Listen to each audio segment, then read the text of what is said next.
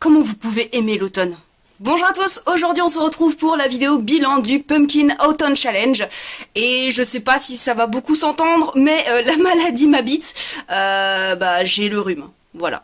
Le dernier rhume de l'année, hein, je l'espère. Je vous retrouve donc pour le bilan du Pumpkin Autumn Challenge et je vais en profiter pour faire la partie 2 de mes lectures de la rentrée littéraire puisque, comme vous pouvez vous en douter, ça a été ma priorité de lire les livres de la rentrée littéraire, donc je vais vous présenter les livres de la rentrée littéraire que j'ai lus dans le cadre du Pumpkin Autumn Challenge, moins un, puisque j'ai envie de vous en garder un pour des idées cadeaux de Noël. Voilà, je vais en faire une vidéo. Je sais pas si ça va être la vidéo de la semaine prochaine ou de la semaine d'après. On va commencer par un livre que je viens tout juste de terminer. Voilà. Alors, je l'avais mis aussi dans ma palle du Cold Winter Challenge, mais finalement, je me suis dit que j'allais l'inclure dans cette vidéo puisque voilà, c'est une lecture de la rentrée littéraire et je l'avais aussi mis dans la palle du Pumpkin Autumn Challenge, donc pour éviter de dispatcher trop mes lectures de la rentrée littéraire, j'ai décidé de le mettre là. C'est Le Bal des Folles de Victoria Mass, publié aux éditions Albin Michel. Vous allez vous placer à Paris, plus précisément dans l'hôpital de la Salpêtrière à Paris, en 1885, et vous allez suivre plusieurs femmes qui, soit y travaillent, soit y sont internées, soit...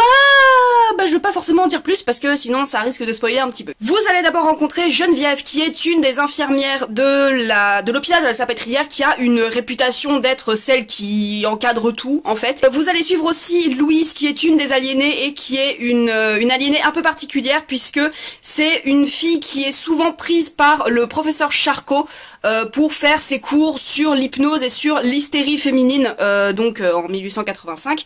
Et vous allez également suivre Eugénie, qui est une petite bourgeoise parisienne qui habite dans son appartement de petite bourgeoise parisienne jusqu'au moment où elle va révéler un de ses secrets les plus intimes et où elle va... vous doutez de la suite, mais je vous laisse découvrir le pourquoi du comment. Alors, ce livre, je l'ai beaucoup aimé. J'ai retrouvé ce que je voulais y trouver, c'est-à-dire une critique de l'internement des femmes à l'époque. On enfermait les femmes pour un peu tout et n'importe quoi, hein. C'est-à-dire que à partir du moment où tu sors un petit peu des sentiers battus, t'as de très fortes chances de te retrouver internée à la Salpêtrière, puisque l'hystérie telle qu'elle était diagnostiquée à l'époque, on savait pas trop quoi regarder, hein. On savait pas trop quoi regarder au niveau des symptômes, au niveau des conséquences sur le corps, enfin on savait pas trop, hein. Et puis globalement, les femmes qui sont internées sont aussi des femmes qui ont vécu des choses atroces. Je tiens à préciser une chose, s'il y a parmi vous des personnes qui sont touchées par les sujets des attouchements sexuels, par des viols, par de l'inceste, on y fait mention. Voilà, on y fait mention puisque y a un des personnages qui a été victime d'agression sexuelle et qui est aussi victime d'agression sexuelle dans le roman, ce qui c'est pas décrit en détail, mais c'est suffisamment suggéré pour qu'on comprenne ce qui se passe, donc faites attention. Globalement, j'ai beaucoup aimé cette lecture. Le style de l'autrice est vraiment très bien mené, j'ai trouvé que c'était un style assez fluide. On a parfois peut-être quelques moments de description peut-être un poil long, mais c'est pour nous mettre dans l'atmosphère du Paris de mars 1885. Donc j'ai trouvé ça assez bien mené, le style est vraiment sympa, j'ai vraiment bien aimé. Et le développement des personnages, c'est vraiment le point fort du roman, puisque je me suis attachée à presque tous les personnages, et ils ont tous une évolution dans le roman, plus rapide pour certaines, moins rapide pour d'autres, mais il y a forcément une évolution. Et j'ai vraiment beaucoup aimé ça, j'ai vraiment été touchée par les personnages féminins. Je vous invite à regarder la vidéo que je vous mets en barre d'infos, qui est une vidéo de Vibration littéraire, puisque quand j'ai terminé le roman, je me suis dit, je vais regarder 2-3 vidéos qui en parlent. Et Vibration littéraire, en fait, a fait une vidéo sur la psychiatrie en littérature, et elle pose ce roman dans un contexte historique que j'ai trouvé vraiment très intéressant. Et justement, je connaissais pas le docteur Charcot, à part par la maladie de Charcot. J'ai découvert pas mal de choses par rapport à ce roman et j'ai été assez rassurée de voir que Vibration littéraire l'acclamait en disant qu'il y avait pas mal de recherches et même des petits clins d'œil qui ont été faits par rapport à l'hystérie, par rapport à l'internement des femmes à cette époque-là. Et moi qui trouvais que c'était un roman bien mené, j'ai été rassurée de voir que Vibration littéraire en parlait en bien aussi, en disant que c'était même un coup de cœur de la rentrée littéraire. Ça n'a pas été un coup de cœur malheureusement pour moi, même si je l'espérais. Je sais pas ce qui a manqué, franchement je sais pas, parce que le style était bien, les personnages étaient bien menés, ils étaient bien construits, il y a une belle évolution de personnages.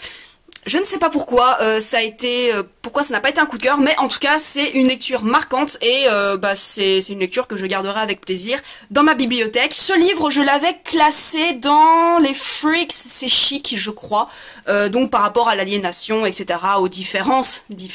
On va rester dans la même thématique avec Cadavreschi de Agustina Bastelica, publié aux éditions Flammarion. Dans cette histoire vous allez suivre Marco qui est un homme qui travaille pour un abattoir qui est un peu particulier puisque suite à un virus qui a rendu les animaux immangeables pour les hommes, et ben il faut bien continuer à manger de la viande, voilà.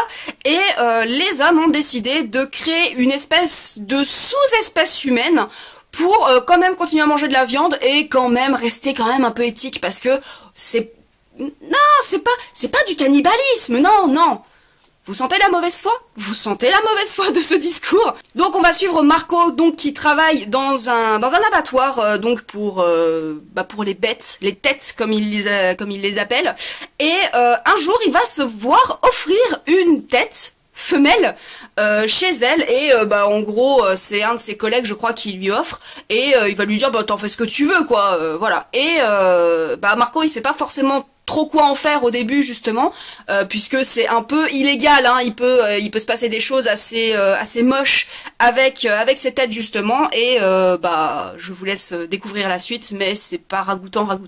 Alors ce livre j'ai mis un certain temps à le lire puisque c'est compliqué, c'est assez compliqué, c'est vraiment une lecture coup de poing.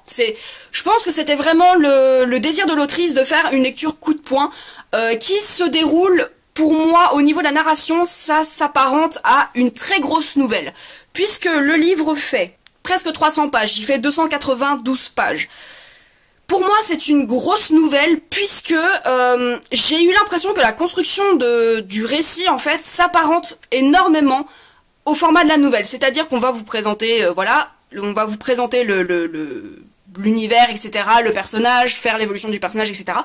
Et à la fin, vous allez avoir un climax et en général, la nouvelle s'arrête là. C'est pas forcément une fin ouverte, ça ne se termine pas forcément sur une fin ouverte puisque pour moi c'était vraiment le climax du roman. Il y a eu quelques moments de tension évidemment, par exemple à la visite de l'abattoir où c'est à partir de ce moment-là où j'ai commencé à ralentir un peu ma lecture parce que c'était vraiment assez hard pour moi puisque on nous épargne aucun détail et évidemment que ce roman fait le parallèle avec ce qui se passe dans les abattoirs avec les animaux, tout ce qui peut se passer pour assommer les animaux, pour ensuite les égorger, etc. Tous les détails ne sont pas épargnés. Lecture coup de poing donc, qui ne va pas par quatre chemins, comme dit. On vous épargne aucun détail. Quand on visite l'abattoir par exemple, on nous épargne aucun détail sur ce qui se passe par rapport aux autres êtres humains qui sont voués à être mangés. Et aussi, on nous épargne pas les sales pensées des êtres humains puisque, je vais en parler un peu plus en détail. C'est pas un spoiler puisque comme dit, le vrai gros spoiler pour moi, c'est ce qui se passe vraiment à la fin. Donc Marco va faire visiter l'abattoir à deux candidats qui potentiellement veulent rentrer et veulent travailler pour gagner de l'argent dans cet abattoir. Et en fait Marco soupçonne au fil de la visite que le plus petit des visiteurs est là juste pour voir des gens se faire massacrer. Et qu'il est juste là pour satisfaire son envie, son immonde envie de voir des gens se faire massacrer.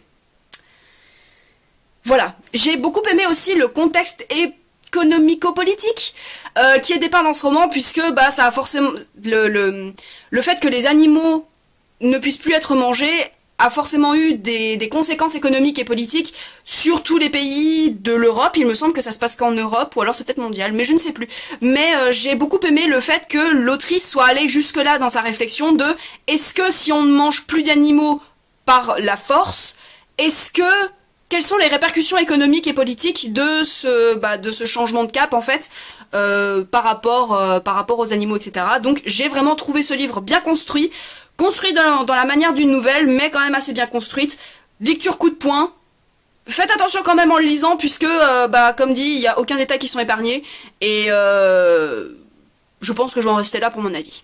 On va changer de catégorie pour ce livre puisque ça va être la catégorie Gare aux souliers pointus, je crois que c'était ça le titre de la catégorie, avec Les sorcières, une histoire de femme de Céline Duchesnay, publié aux éditions Michel Lafon, qui est un livre, en fait c'est une retranscription d'un podcast qui est disponible sur France Culture, et qui parlait justement de la sorcière et qui mettait en avant tous les côtés, en fait, toutes les facettes de la sorcière, que ce soit historique ou que ce soit sociologique, etc., par rapport à la religion, par rapport à toutes sortes de choses, et j'ai vraiment trouvé ce livre ultra intéressant. Bah en fait, ce qui est intéressant, c'est que, contrairement à Sorcière de Mona Chollet, on ne prend pas que le côté domination sur les femmes, puisque Mona Chollet met en évidence que, voilà, les sorcières, comme on les appelait à l'époque, c'était souvent le même type de profil féminin, c'est-à-dire les femmes célibataires, les femmes qui n'avaient pas d'enfants, ou les veuves. Là, on a plusieurs catégories de sorcières, donc on a la chasse aux sorcières qui reprend justement un peu ce côté de Mona Chollet. On a ensuite la sorcellerie avec la sorcière, une femme de la nuit, etc. Donc ça reprend plus le côté ésotérique de l'image de la sorcière.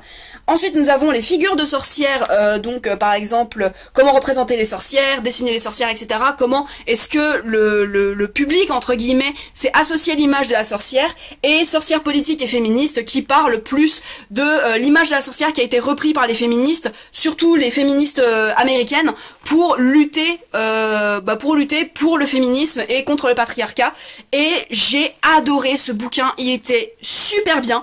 Je n'ai pas écouté de podcast, voilà, puisque je suis pas une grande aficionados des podcasts, mais j'ai vraiment trouvé qu'il était super bien fait. Vous avez beaucoup d'illustrations à l'intérieur, il est ultra agréable, c'est un bel objet rien qu'en lui-même, et j'ai vraiment beaucoup aimé ce livre. Si vous voulez offrir un beau cadeau, puisque comme dit c'est un bel objet livre, si vous avez envie d'offrir un bel objet livre sur les sorcières, sur le féminisme, et qui reprend toute l'image de la sorcière, franchement je vous conseille celui-là parce qu'il est vraiment très très bien. Si vous vous intéressez comme moi à la figure de la sorcière, mais vraiment au sens large du terme, pas forcément, moi ce qui m'intéresse dans le côté sorcière, c'est le côté domination sur les femmes, et aussi comment les féministes se sont approprié l'image de la sorcière pour mener leur combat féministe. Mais c'est vraiment ultra intéressant, tout le livre est génial, et voilà, je vous le recommande vivement. Et enfin, alors ce ne sont pas forcément des livres, ce sont des magazines, mais j'ai trouvé ça hyper intéressant. Donc là c'était plus pour le côté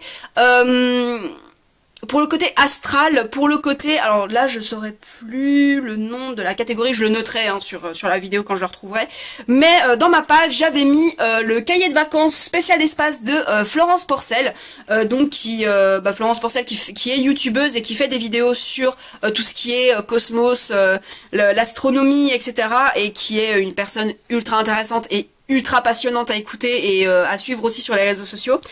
Donc en fait ça se présente comme un cahier de vacances. Voilà, ça se présente comme un cahier de vacances classique, sauf qu'il y a plein d'exercices à faire plein de jeux en fait à faire en rapport avec l'espace. Et vu qu'il y avait, du coup c'est les 50 ans des premiers pas de l'homme sur la lune, et Florence Porcel a sorti ça. Alors après, pour tout vous avouer, je pensais en fait que ce livre allait m'aider à avoir des réponses sur l'aventure spatiale en général. Si on veut vraiment en savoir plus, il faut souvent regarder, pour moi en tout cas qui ne m'y connais pas beaucoup, il fallait souvent que je regarde les solutions en fait. Et dans les solutions, il n'y a pas forcément beaucoup d'explications. C'est vrai que moi je m'attendais en fait à avoir des exercices, à avoir des petits jeux pour en savoir plus. Mais c'est vrai que du coup, moi qui ne connais pas grand chose en fait sur l'histoire spatiale, je me suis souvent retrouvée bloquée sur les exercices parce que j'étais en mode mais je connais pas ça, je sais pas ce que c'est, je sais pas qui c'est. J'ai trouvé ça un peu dommage, voilà, puisque j'aurais voulu en savoir plus.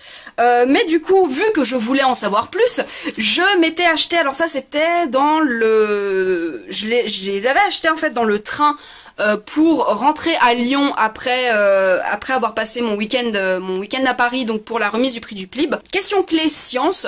Et en fait il y avait 2 numéros qui m'ont intéressé, donc je les ai pris.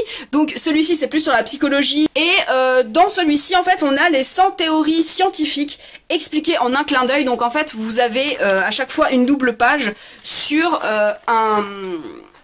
sur une théorie scientifique et ça part dans les mathématiques, sur l'espace, mais également sur l'économie, sur la politique et j'ai vraiment trouvé ça hyper intéressant. Il y a plein de choses que j'ai comprises avec ce magazine. Alors je sais pas si c'est un hors-série ou si c'est un numéro qu'on peut retrouver un peu n'importe quand, donc j'espère qu'il est encore disponible au moment où je tourne cette vidéo, vu que ça fait 2 mois, j'espère, voilà. Mais j'ai vraiment trouvé ça hyper intéressant et du coup, vu que il y a certaines choses du coup que moi je comprenais pas au début et au fur et à mesure de lire l'article, du coup je comprenais. En fait, par exemple la fameuse théorie de la relativité générale de Einstein, du coup je l'ai comprise. Alors que si vous me connaissez, ou même si vous me connaissez pas, je suis pas très au fait des théories scientifiques, hein, puisque je suis plus littéraire, je suis plus dans la philosophie, dans le questionnement et dans les questions existentielles qu'on peut se poser. Mais c'est vrai que les théories scientifiques, je vois de loin ce que c'est, mais je comprends pas forcément tout. Et en fait, ce magazine m'a permis de comprendre pas mal de choses. Donc il y a aussi l'économie, la politique, etc. Et il y a des choses, par exemple sur l'économie que je connaissais de nom, mais du coup que j'ai pu assimiler à des idées et à des noms pour en savoir plus. Et c'était hyper intéressant. Et du coup, je le mets dans la même catégorie que le cahier de vacances de Florence Porcel, puisqu'il y avait des théories scientifiques sur l'espace, la relativité générale de Einstein, etc. Les trous noirs aussi, qui étaient ultra intéressants. Enfin, moi, je suis très intéressée par les trous noirs, et j'ai aussi un peu plus compris certaines choses par rapport aux trous noirs. D'ailleurs, j'y pense, puisque là, j'ai terminé de vous présenter mes lectures. Est-ce que vous voulez que je vous fasse une vidéo sur le Pumpkin Autumn Challenge, mais sur les choses que j'ai regardées, les séries, les films et les documentaires, puisque Gizmoz, en fait, avait fait une catégorie plutôt visuel, audiovisuel sur le Pumpkin Autumn Challenge. Est-ce que vous voulez que je vous fasse une vidéo sur ce que j'ai regardé? Moi j'en ai très envie, donc je pense que je le ferai de toute façon, mais en fait votre avis m'aidera à savoir si je le sors rapidement ou si je peux me permettre d'attendre peut-être janvier pour vous les montrer, puisque de toute façon la plupart des choses dont j'ai envie de vous parler sont disponibles sur Netflix, donc j'ai pas forcément de date butoir pour vous parler de ces choses. Donc voilà, si vous avez envie que je vous parle des choses plus audiovisuelles que j'ai regardées pour le Pumpkin Autumn Challenge, n'hésitez pas à le mettre en commentaire, comme ça je verrai si je le sors courant du mois de décembre ou si j'attends, ou si je peux me permettre d'attendre janvier, quoi. Cette vidéo est maintenant terminée et j'espère qu'elle vous aura plu. N'hésitez pas à me dire en commentaire si vous avez participé au Pumpkin Autumn Challenge. Est-ce que vous avez réussi? Est-ce que vous avez lu toute votre palle? Moi, si vous allez regarder ma vidéo palle, vous vous rendrez compte que je n'ai pas forcément tout lu. Mais c'est pas grave, j'adore me faire des pales un peu gigantesques et ne piocher que dedans ce qui me fait envie. Et puis il y a un livre que je me suis rajouté aussi, enfin bref. J'adore me faire des pales et ne pas les respecter. Je vous souhaite une très bonne journée et de très belles aventures au pays des pages.